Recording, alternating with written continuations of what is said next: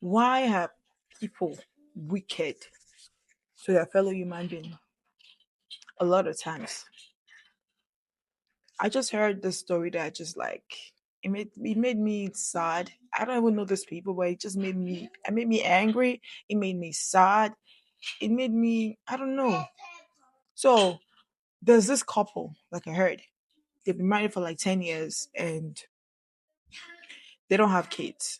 So they've been going for testing everywhere, trying to find kids. Now when you are married and there's no kids, 10 years is a lot of trauma, a lot of emotional stress, especially for the woman. So they kept going for testing, checking every time. They said they are fine, nothing is wrong with you guys. You guys are okay. And all of this, where we come from now.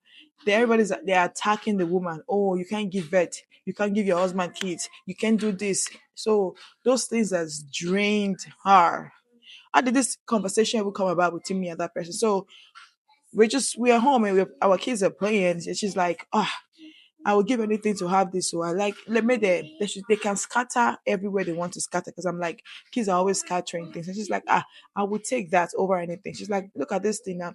This woman, because she hasn't had kids, she what she does is she will scatter her house like there are kids in the house. She will scatter everywhere just to feel like, oh, there are kids in the house. She will scatter, she will arrange it, she will scatter, she will arrange it again. It was driving her crazy. Of course, I can't even imagine that.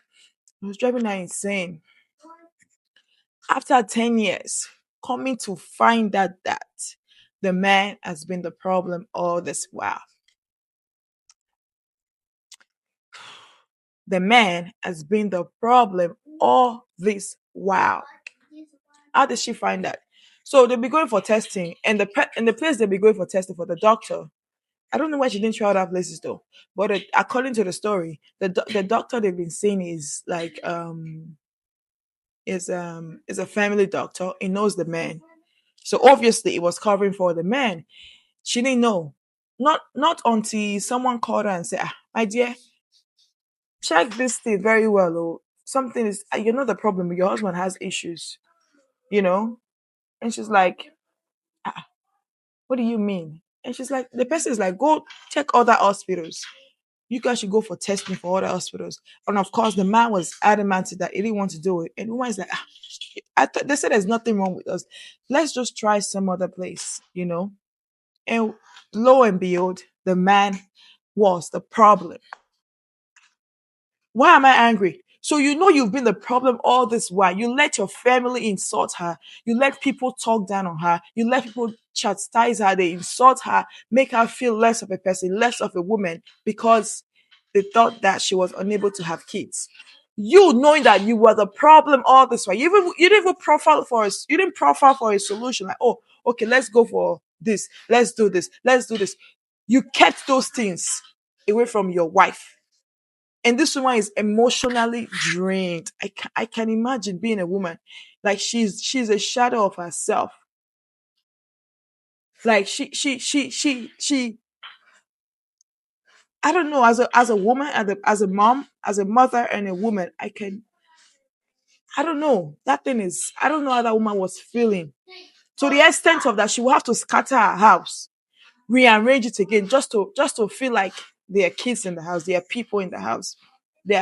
She has kids. She will scatter everywhere, make noises just to feel like, oh, I have kids at home.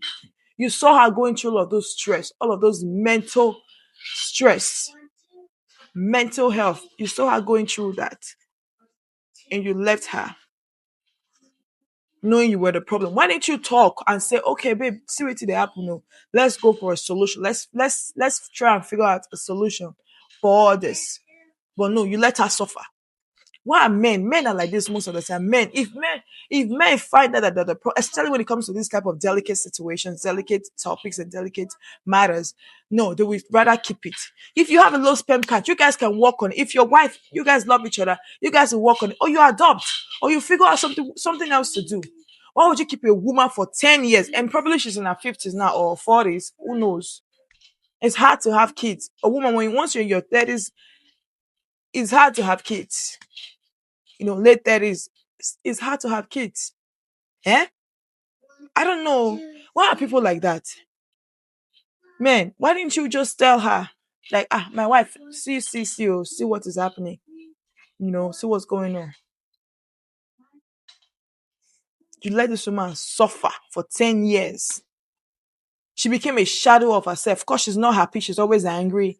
She's sad. She's unhappy. She's just, and you were the problem. Eh? And society doesn't even help. Once there's no kids in the marriage, oh, it's the woman. Even the one that even pains me the more is women will be the one pointing and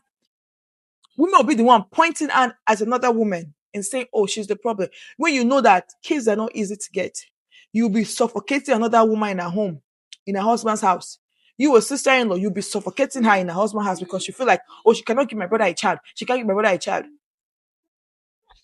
It's such a sad story. I was just like, now, wow, you people that are doing that, please talk to your wives, please. A lot of time, women cover for men. If the woman knew, trust me, she will cover for her husband. She will not. Nobody will even know what's going on. She will cover for her husband. They will search for a solution together. She will keep covering for the man, covering for the man, covering for the man. But no, men. If if she was a problem,